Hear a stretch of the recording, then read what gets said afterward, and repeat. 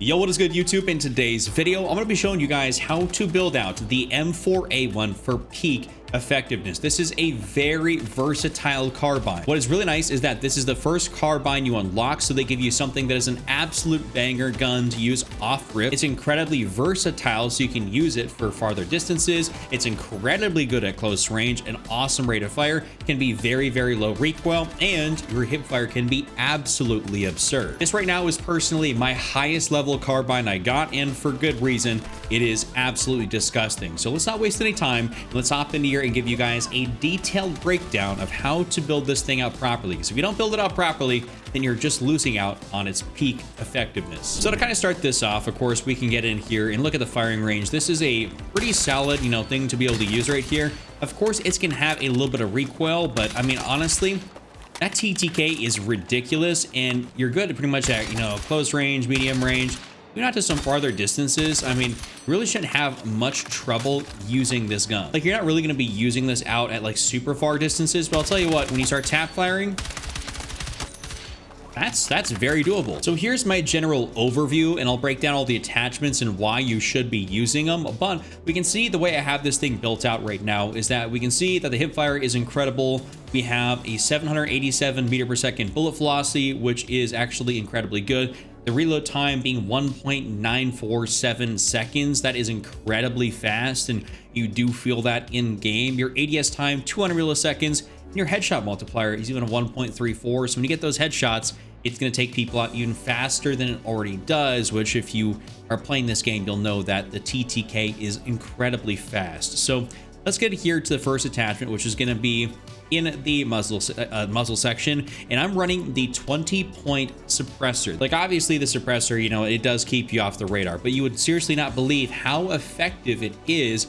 at just kind of concealing your general position. I'm not sure what it is. You can still hear someone using a suppressor, but people just don't seem to react. So when you use this, it becomes like infinitely more effective at close range, being able to get around people. You can be like in great flanks as an assault player, setting up a beacon. You can be using support, just dropping ammo, resing people, being on the front lines of the suppressor, be able to creep around behind people, capture objectives. It's very effective. So the other attachment that I really recommend is, I know the brake is actually really solid. You can use one of these. You don't have to go for the 20-point brake.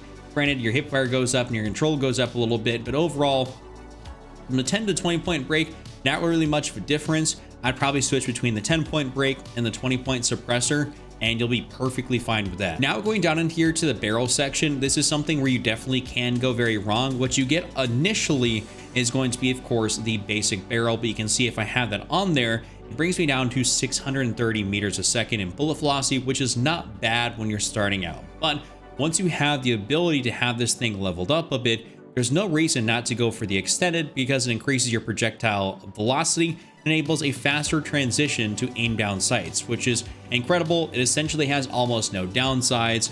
No reason to go for anything else but the extended, because it makes you more effective. Obviously, you don't want to be stuck in SMG range, because that keeps you confined to basically close quarters. This helps extend out that overall range, so you are significantly better at even medium range. You can compete with assault rifles. It is really awesome. After that, we're gonna go down in here to the underbarrel, and this is one of those attachments where it can absolutely do you super dirty. And what I mean by that is, I'm just gonna go over here and I'm gonna click on the ribbed vertical, and just to kind of break this down, look at this.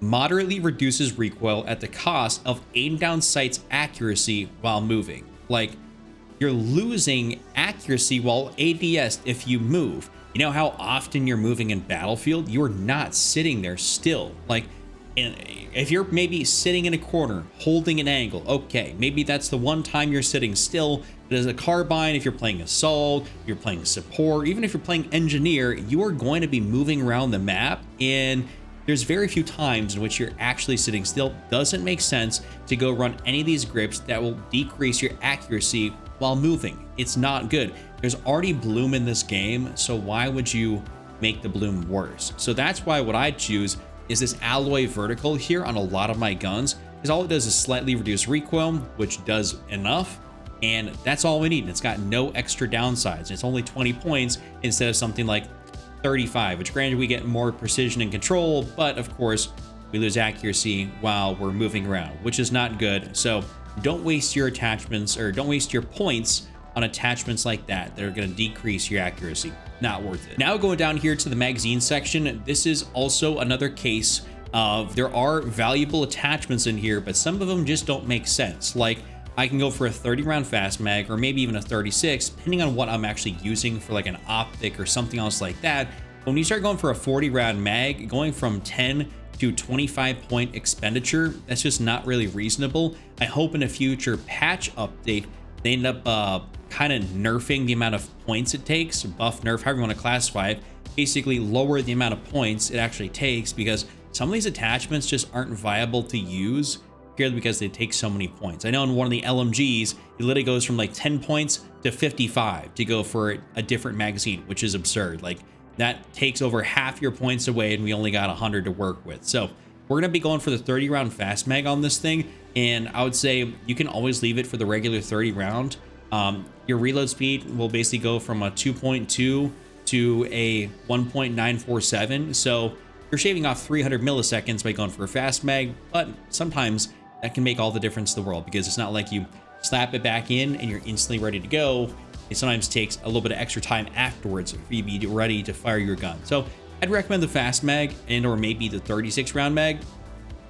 That would really be about it, just because they're reasonable, price value wise, but otherwise I just go for the fast mag and you'll be good. Not gonna waste any time talking about this, because I just leave the standard ammunition on. I don't really find enough of a reason to go for something else. I don't really care to go for this. I know it can result in greater damage to soldiers behind the initial target. Generally speaking, this doesn't happen very often, to the point where you're going to survive a situation where you're shooting at multiple guys at once. You normally end up kind of dead at that point, and you lose control, which we don't want to do. So I'm just leaving it the standard FMJ rounds. Now we're going to go up in here to the laser section, which what I do is I run the green laser. And the reason I do this is, you guys can see there's like a 5 MW green laser, which of course costs less points, but I start losing my hipfire accuracy. It goes down to 54. If you go over here, we can click on this one that gives me 62. That'd be 54. That would be 62 as well, but for an extra 10 points. And this right here brings me all the way down to 46.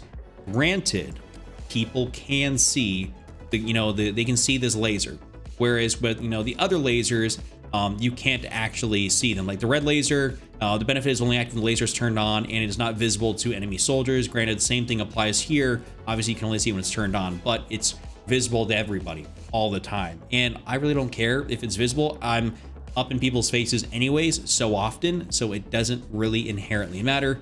Would recommend you guys run the green laser, increase your hipfire accuracy, as hipfire is so unbelievably good in this game. There's no reason not to hipfire. And speaking of hipfire, I know a lot of people like to maybe throw on a flashlight, because it's kind of annoying. It's really what it is. It doesn't have any other factor besides increase your hipfire a little bit. So when you combine that with the laser, that's, you're getting better hipfire accuracy, right? But I don't really have the 10 points to spare, and I don't really want the flashlight everywhere. I've been kind of taking that off my loadouts a little more recently, just because I don't like that. But for your last attachment that I think you guys should be running, this right here is one of the cleanest sights in the entire game. I don't care if you're running an AR, I don't care if you're running an LMG, a carbine, SMG, like this RO-M 1.75x is one of the cleanest sights you can use.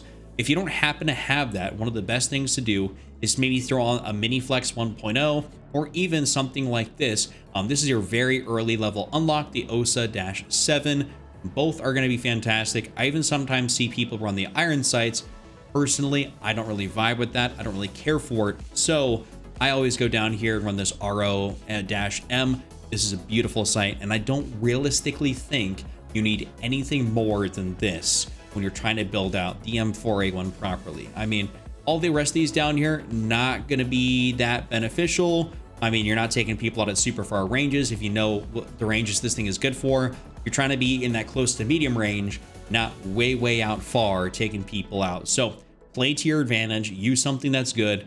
This right here should be your ultimate M4A1 build that I highly recommend you guys use. If you guys enjoyed this detailed breakdown, make sure you give it a like, subscribe, check out this other video on screen, and I'll see y'all next time.